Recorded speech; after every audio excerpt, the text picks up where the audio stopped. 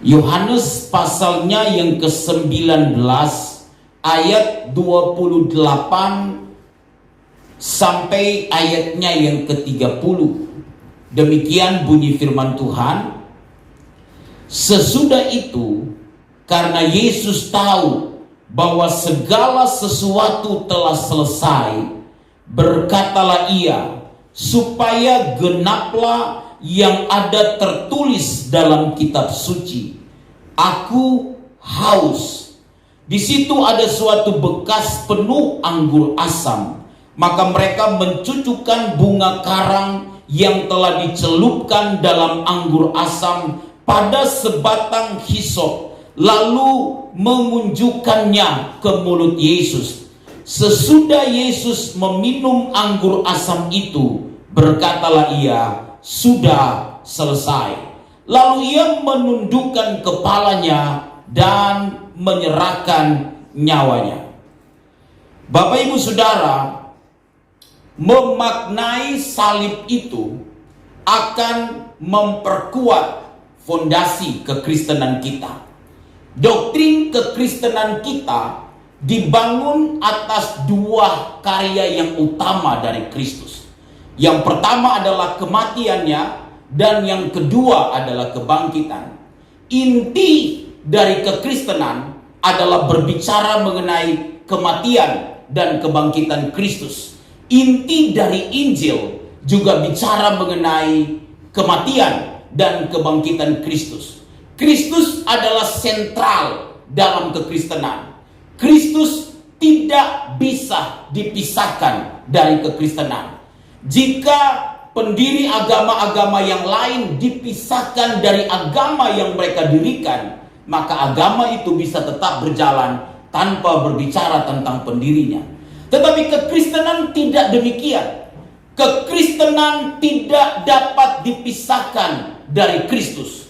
Kristus adalah inti dari kekristenan itu. Dan inti kekristenan ini adalah menyangkut tentang karyanya di kayu salib, yaitu menyangkut kematian Kristus di kayu salib dan juga kebangkitannya. Itulah yang kita peringati dalam sebuah peringatan yang kita sebut dengan Jumat Agung, dan kita rayakan dalam sebuah perayaan yang kita sebut Paskah, menyangkut kematian dan kebangkitan Kristus. Saudara-saudara, penyaliban Yesus itu berlangsung selama 6 jam, dimulai dari jam 9 pagi dan berakhir pada jam 3 sore. Tahukah Bapak Ibu Saudara sekalian, selama 6 jam Yesus disalib tersebut, yang salib itu merupakan puncak dari kejahatan manusia, karena menyalibkan Yesus Kristus yang adalah Allah dan juga manusia. Tetapi salib juga adalah puncak dari kasih Allah, karena ada satu pribadi yang agung, pribadi kedua dari Allah Tritunggal yang bersedia mati di kayu salib. Tapi tahukah saudara, selama 6 jam Yesus disalib tersebut, ada 7 perkataan agung yang keluar dari mulutnya. Saudara-saudara, waktu kita mengalami masalah, waktu kita mengalami pergumulan, waktu kita dizolimi, waktu kita diperlakukan tidak adil, waktu kita dilukai, waktu kita dijatuhkan dari belakang, waktu kita dianggap remeh dan lain sebagainya, biasanya respon kita akan menggerutu. Biasanya respon kita akan menyalahkan keadaan. Mungkin kita bisa menyalahkan orang lain, bahkan beberapa mungkin bisa salahkan Tuhan dan berkata, kenapa bisa seperti ini Tuhan? Tapi tahukah saudara, pribadi yang agung Yesus Kristus, selama 6 jam dia tersalib di kayu salib, ada 7 perkataan agung yang keluar dari mulutnya, membuktikan dia yang adalah Allah dan manusia. Agung tersebut perlu saya dan saudara teladani. Dalam Lukas 23 ayat 34, Yesus berkata begini, ya Bapa, ampunilah mereka, sebab mereka tidak tahu apa yang mereka perbuat. Itu perkataan agung yang pertama yang keluar dari mulutnya.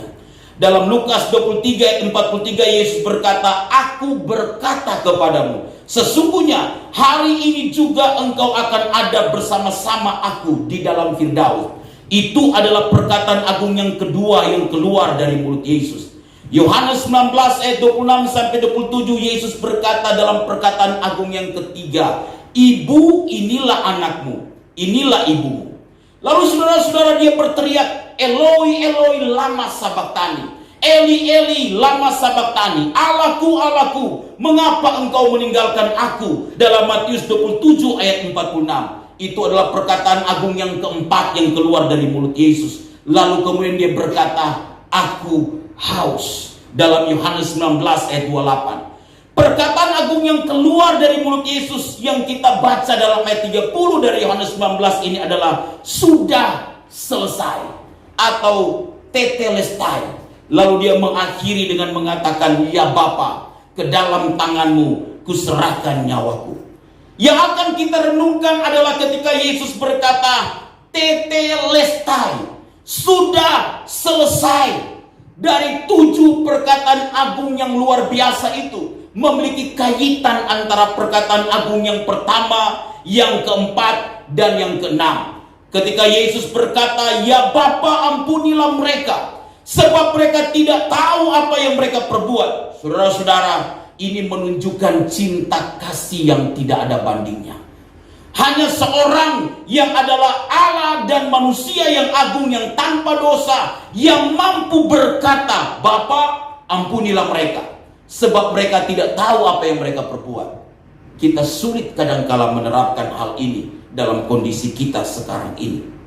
Ketika Yesus berkata, "Eli, Eli, lama sabaktani. Allahku, Allahku, mengapa engkau meninggalkan aku?" Saudara-saudara, ini menunjukkan sebuah sengsara yang tidak ada bandingnya. Sebuah keterasingan yang tiada taranya yang dialami oleh Yesus. Bagaimana dia yang adalah Allah, pribadi kedua dari Allah Tritunggal, dan juga manusia. Dalam keberadaannya sebagai manusia, dia berseru kepada Bapaknya, "Allahku, Allahku, mengapa engkau meninggalkan aku?" Menunjukkan dia pernah mengalami sengsara yang begitu luar biasa.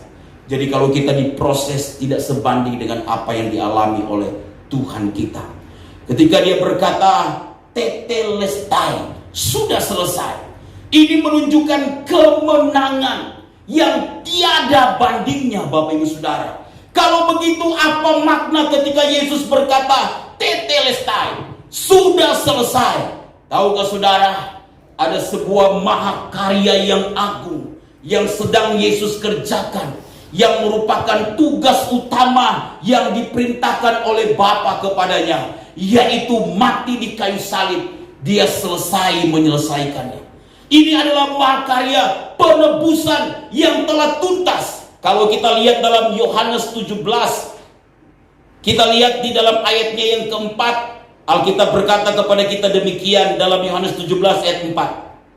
"Aku telah mempermuliakan engkau di bumi dengan jalan menyelesaikan pekerjaan yang engkau berikan kepadaku untuk melakukannya." Yesus berkata, dia ada di bumi ini untuk mempermuliakan Bapaknya dengan jalan menyelesaikan pekerjaan yang telah diberikan Bapa kepadanya. Saudara-saudara, tugas yang utama yang diberikan Bapa kepadanya tuntas dia selesaikan.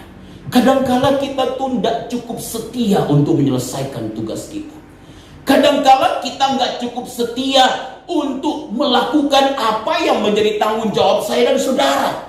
Kalau toh kita sebagai mahasiswa, kita sebagai dosen, kadangkala kesetiaan kita tidak terlihat sampai pada akhirnya.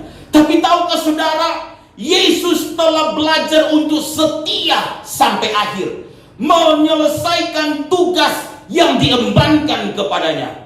Saudara-saudara, ini adalah mahakarya penebusan yang telah tuntas. Saudara, kata Yunani untuk pekerjaan adalah ergon. Itu yang berarti tugas atau perbuatan yang dituntut untuk dilaksanakan. Tujuan utama Yesus datang ke dunia ini kan adalah mati di kayu salib. Ini adalah pekerjaan utama Yesus. yang ditugaskan oleh Bapa kepadanya untuk dia selesaikan sampai pada akhirnya. Sehingga ketika dia berkata sudah selesai, dia mau mengatakan kepada kita semua bahwa mahakarya penebusan yang ditugaskan Bapa kepadanya dengan mati di kayu salib, dia selesai untuk menjalankan. Saudara-saudara, kata tetelestai secara gramatika Yunani itu yang diterjemahkan dengan sudah selesai dalam terjemahan LAI yang kita pegang, itu memiliki makna keberhasilan akhir dari suatu tindakan. Keberhasilan akhir dari suatu tindakan. Secara gramatikal ini mengandung makna begini. Ini menunjukkan satu kegiatan yang telah sepenuhnya selesai di masa lampau, di masa sekarang, maupun di masa yang akan datang. Kristus tidak pernah akan mati kedua kali lagi di kayu salib. Penebusannya telah selesai di masa lampau. Penebusannya juga telah selesai dia kerjakan di masa sekarang ini. Dan penebusannya juga telah selesai di masa yang akan datang. Artinya keselamatan lewat karya Yesus di kayu salib sempurna bagi saya dan saudara.